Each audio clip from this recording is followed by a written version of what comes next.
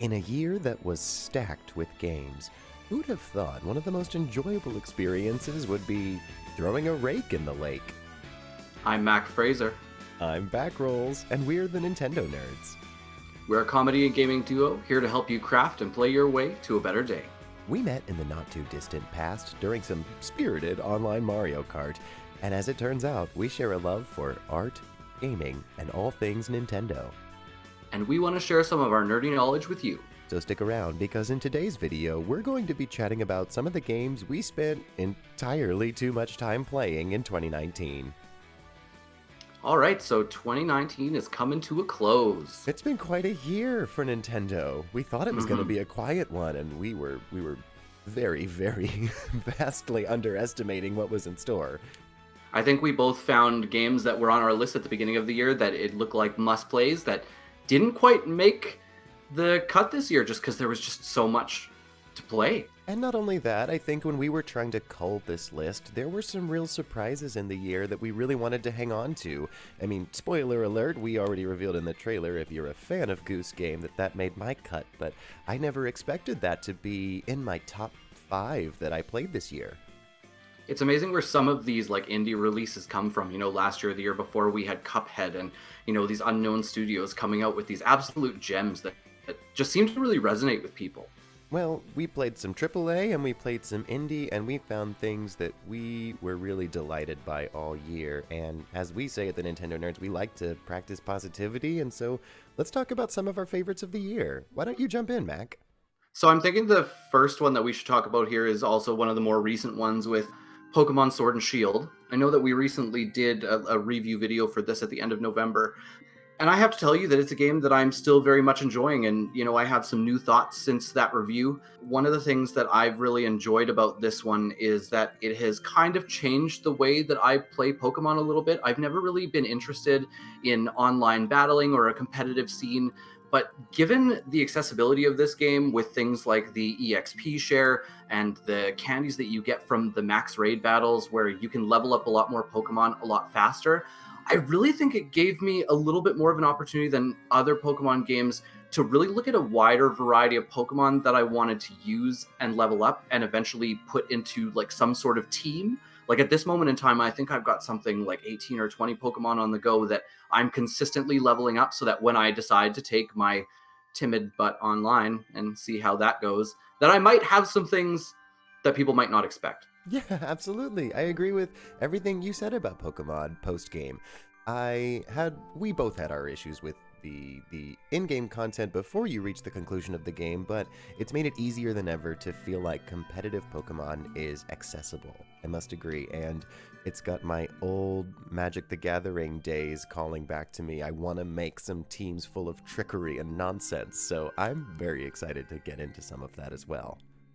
I'm really thinking that this one is probably going to hold me longer than some of the other Pokemon games that I've played because there does seem like a lot more post-game opportunity for me to enjoy things here, if you know what I mean. Yes, absolutely. I think they are offering plenty of reasons for you to log back on, both with new Dynamax Pokemon that are popping up in the Wild Zone, and plenty and plenty and plenty of users to battle with. Should be an exciting 2020. Absolutely. I'm really kind of hoping that we're going to see some more of these like event Pokemon, the ones that you had to go to GameStop for and get the download cards for, or, you know, hopefully some events that happen. You know, if we think about Splatoon and Splatfest and stuff, maybe Pokemon will introduce some, not necessarily the same sort of competition, but something. So from there, I think we should move on to the next one here. And this one's the one that really resonated with you. And again, one that we talked about right up at the top of the show here. Untitled Goose Game. This is the ultimate game I would recommend to anyone who has never played a video game. Just 4 buttons, 4 commands. It's super simple to get adapted and acclimated to the environment, and from there you just go cause chaos. It is... Untitled Goose Game for me was just an excellent experience to marvel at excellent game design in simplicity.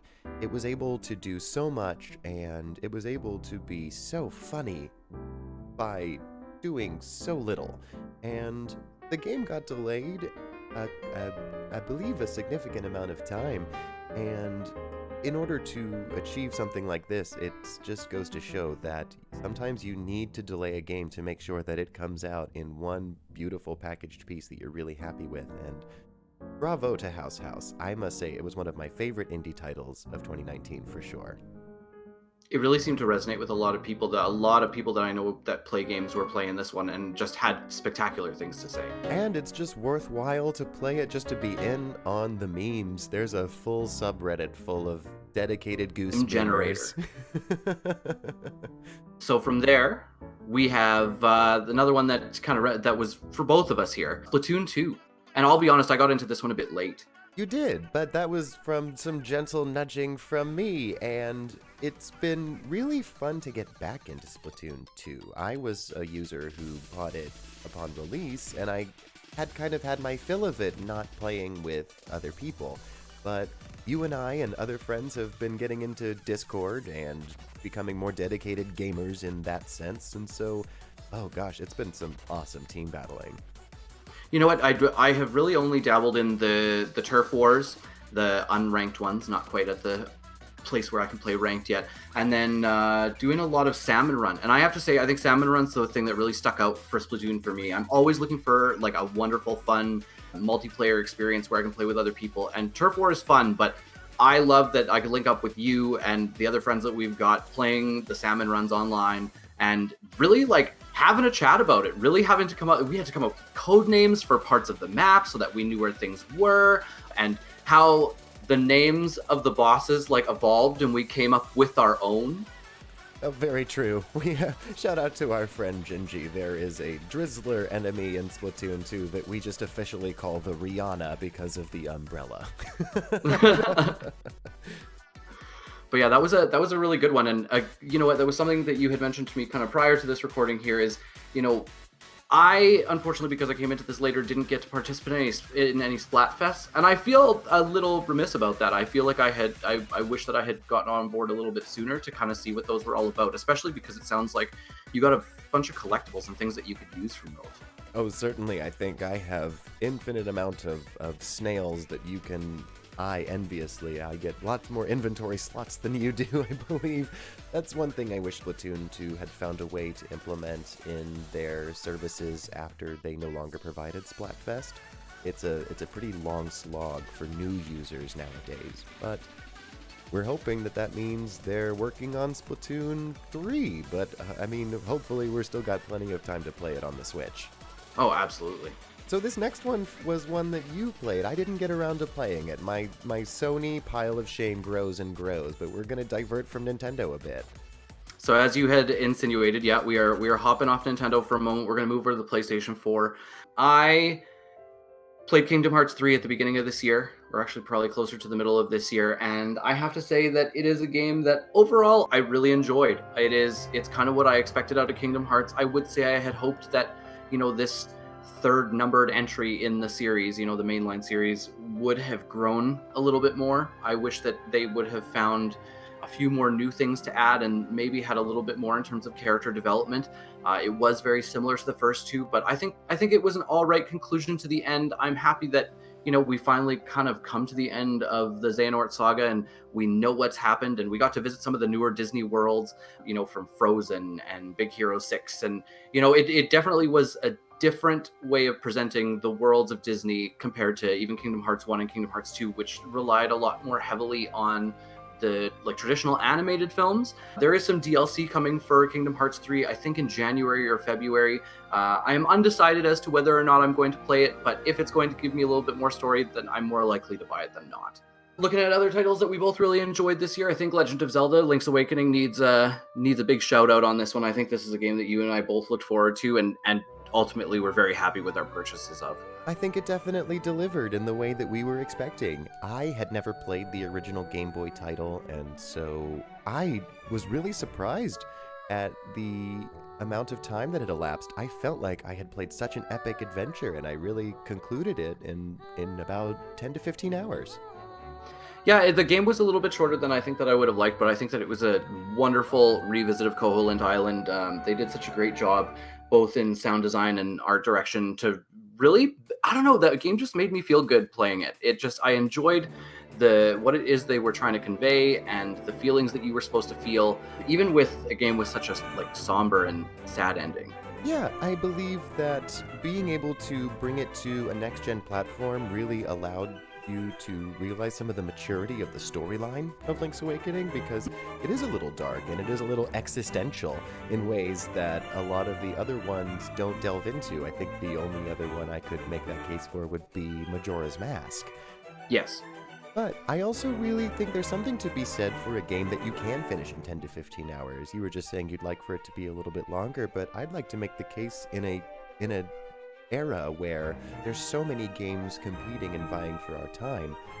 Sometimes I enjoy a game that I can complete in a couple of weeks in a few sittings and be able to have a fully realized experience, because there are other games that last hundreds of hours and I couldn't really tell you a lot of the compelling moments of it.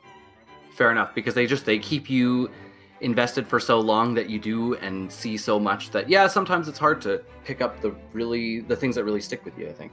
Well, the next one on our list was one of mine that was a complete surprise to everybody when they announced it.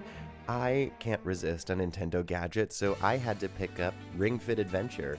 And I was very, very pleasantly surprised to find that it's been a really tremendous motivator to get up and get some exercise in for the day. You know what? It's a game that I just didn't call to me.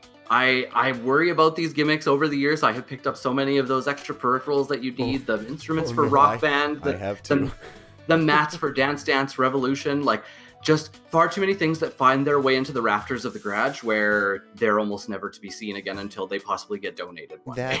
That is a very good point. However, one of my favorite gadgets over the years has been the Wii Balance Board. While not perfect, Wii Balance Board and Wii Fit is responsible for me really paying attention to yoga at all and realizing that it's a great form of exercise.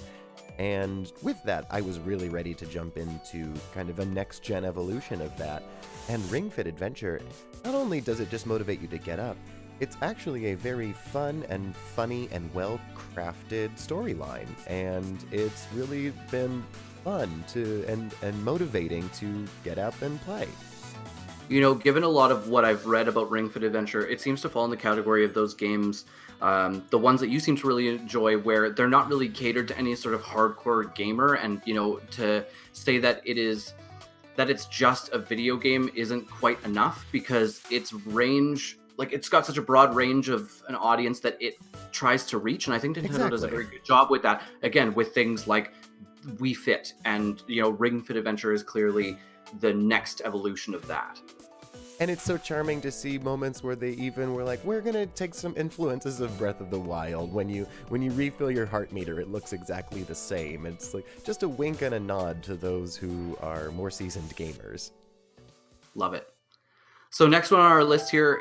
So this was a big year for the Nintendo Switch with regards to Final Fantasy. We saw a lot of Final Fantasies get re-released on Switch, maybe things that have been on, you know, PlayStation, PS2, PS3, PS4 for a while now. But I took the time a couple months ago to replay Final Fantasy X HD, and I have to tell you that it is, God, almost 20 years later. I think that game was 2000 or 2001, and I love it just as much now as I did before. I always enjoy a really grindy, like, JRPG, but the thing about 10 is that the characters, the growth, all of it is just so compelling to me. I love the story, I love the character development, I love the music, I love the world, I love the narrative of the world that's built around, you know, the vehicle that is these characters that carry you through the story.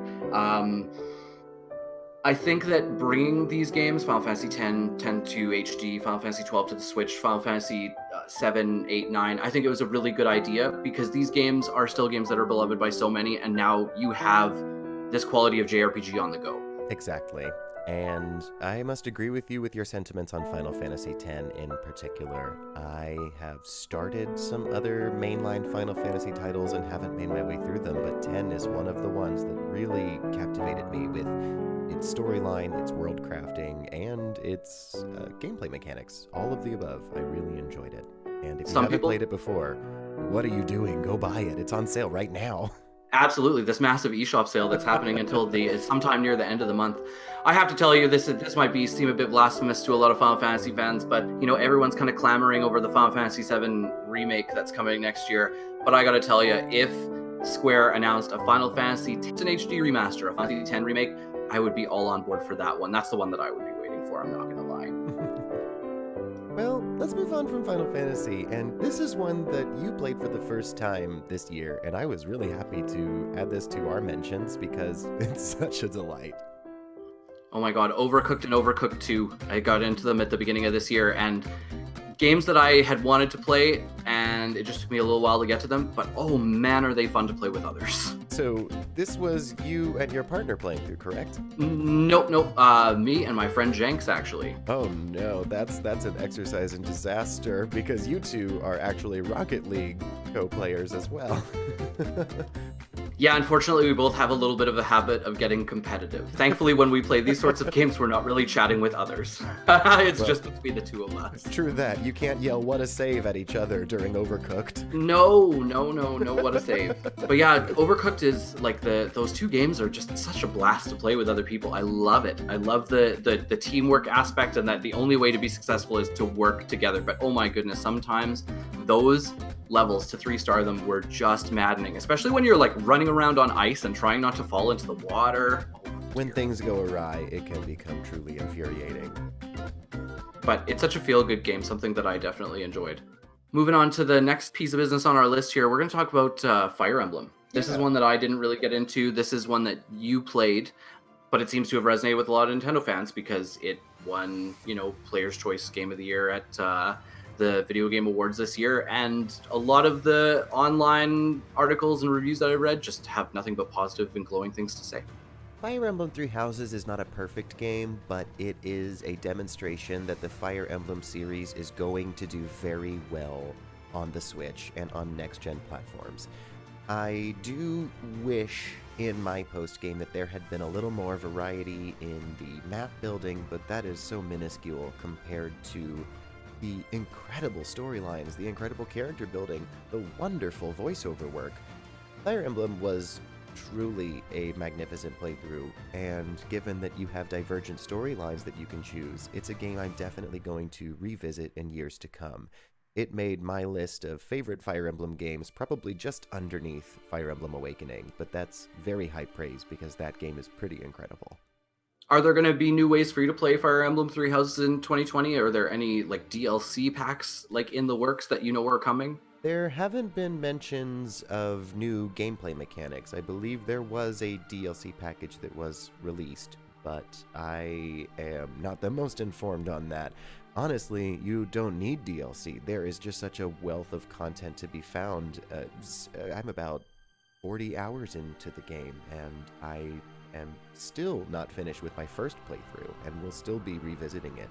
And number 10 on our list, the last one that we have to talk about, a game that just never seems to leave meme culture or the mouths of Nintendo fans, is Super Smash Bros. Ultimate. Yeah, we have had definitely the most hours of gameplay put into this, so among our circle, this shouldn't be any surprise that this is in our top mentions of the year. And it did come out last year, but we decided that it made a place on this list because we just had such a spectacular year of support from Sakurai and the rest of the team with the DLC content. Yeah, because I think the first one was Piranha Plant, and that was in January, and then it's kind of been a steady stream since then. So we've got a total of 5 DLC characters that have come, including Piranha Plant, and then we had Joker, Hero, Banjo, and Terry. And so they've been continuing to support the game over the course of the year, which has kind of kept us playing, and I think it's kind of kept the community playing, because there never seems to be a shortage of people to play against online. Definitely not. And while we wish they would do some development on the netcode and they would make online play a little more stable, they have shown some strides in adapting the arenas in a recent patch. So we're happy to see that at least some changes are still being implemented. Yeah, and I think even leading into 2020, this is going to be a game that we're going to be playing a lot of, because we still have this mysterious DLC character number 5, whoever that might be, and then it's been announced that we're going to get some more DLC after that, and just quick opinion from me on this. I'm really hoping that, let's lie to our brains for a second and say hypothetically here that, after this DLC pack number 5 comes out, that we maybe get 3 more DLC characters for the game. I'm hoping that the last few that we get are Nintendo IPs, Nintendo characters. I know that there are a lot of third-party characters out there that are really influential to the video game industry, and so far the DLC has been a great way to champion some of those characters and some of those series, but I really would like to see some more love given to Nintendo franchises, considering this game started with Nintendo. Very true. We'll see what the rest of 2020 will offer. Definitely lots more rage-filled online play full of people with bad internet connections. Oh god, don't remind me. We'd also like to shout out some of the favorites of some of our guests from the Nintendo Builders Corner. We reached out to some of our very most beloved guests, and they had great things to say about some of the games they loved playing this year. Chloe Condon of Microsoft said that she played Mario Galaxy for the first time this year. How bananas is that? And she had a great time playing it, so happy to see that. And she said, as always, Smash and Wii Fit Trainer forever salute the sun. Mamabot said that his favorite of the year was Teamfight Tactics. And Erin Yvette gave us a couple of different answers. Indie-wise, she loved Knights and Bikes. In AAA titles, her favorite was Star Wars, Jedi Fallen Order. And then her favorite in multiplayer was DOTA Underlords. So we figured at this time that we'd look forward a little bit into the year 2020, talk about a couple of games, or just mention a couple of games that the both of us are looking to play in the coming year. Some of them things that have already kind of been released that we just maybe haven't had the time for. Like I said, this year has been quite incredible for the number of releases that we've gotten, and some things have kind of gotten pushed to the back burner of things that maybe we would have wanted to get to in 2019. So Backrolls, let's start with you. You got the first one here. Of course. I must play Astral Chain and give it its due diligence. I started into it and was having a magnificent time, and then fell off of it for personal and life reasons. Just scheduling got in the way, and I wanted to give the game its due time. So I'm going to start it over in 2020, and I'm going to play it through, and I'm very excited because it would have made my list if I could have more confidently made my way through more of the game to say that. I think it's really something to look forward to. Given that I've played the Bayonetta games and I know what Platinum is capable of, it is a game that I definitely want to play, but I'm going to let you know that I think that it's probably going to be one of these ones that I'm going to wait and see if it goes on sale. My first pick for next year, something that I want to play, is Super Lucky's Tale. I'm always looking for a nice platformer to play. This came out last month in November, and it's intrigued me since I saw the kind of announcement trailer that it was coming, I think, at E3 this year. Again, just one of these ones that's kind of fallen behind because I just have other games that have been keeping me busy, but it's still one that I'm looking forward to playing, and I'm probably going to try and find some time next year. Now, the next one for me, really, it's one I would love to add to the list, but I would love to recommend it to everyone once it's a fully released game, and right now it's still in early access. But I'm having a great time playing Hades, the latest release from Supergiant.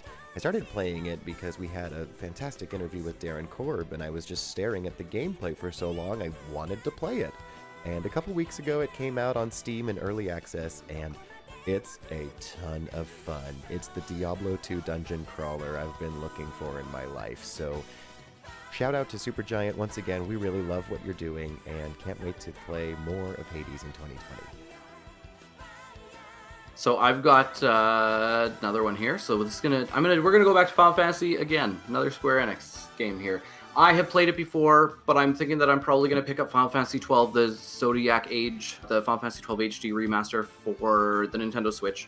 I do own it for PS4, but this is a game that I think I would really enjoy on the Switch, and having the ability to take it into bed at the end of the day or to, take it on the go with me is something that I really enjoy, especially because 12 had so much extra content post-game that there's tons of monster hunts, tons of things to collect.